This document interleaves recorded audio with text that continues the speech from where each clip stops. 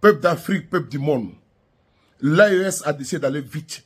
Le Burkina, le Mali et le Niger ont décidé de faire l'interconnexion des douanes avec le Togo.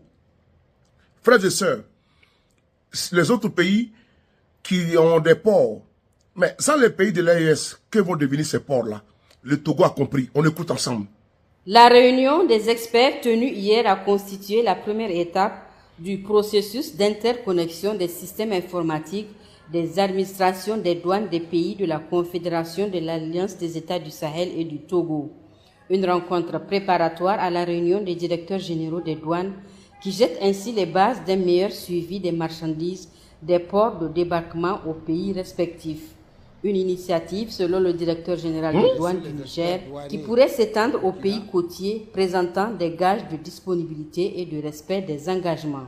C'est ainsi que ce 23 juin s'est tenue la réunion des directeurs généraux des douanes de la Confédération des États du Sahel et de la République du Togo, dont le chef de délégation évoque les profits à tirer de la mutualisation des expériences.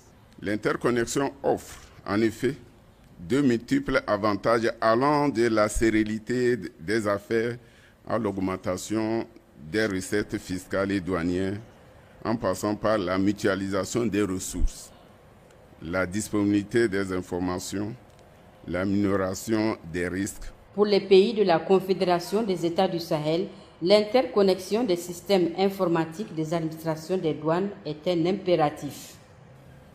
Cette rencontre qui nous permettra non seulement de nous accorder sur des pistes de solutions aux fins d'améliorer et de consolider la gestion de l'interconnexion existante entre les pays de l'AES, nous donnera également l'occasion de signer un protocole d'accord et une instruction cadre relatif à la mise en œuvre de cette interconnexion avec les douanes sœurs de la République togolaise.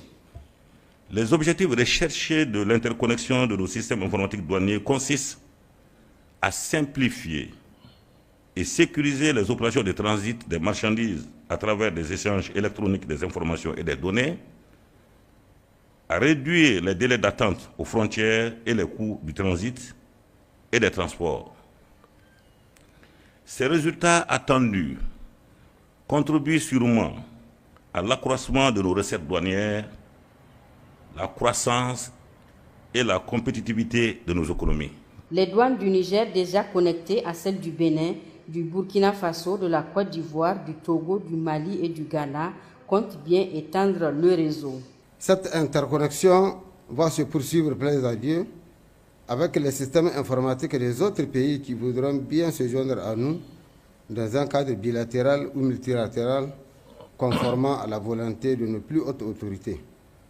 C'est le lieu d'inviter les autorités douanières de ces pays à aller vers la mise en œuvre effective de ces interconnexions, notamment avec la tenue des réunions techniques et la finalisation des tests d'envoi des T1.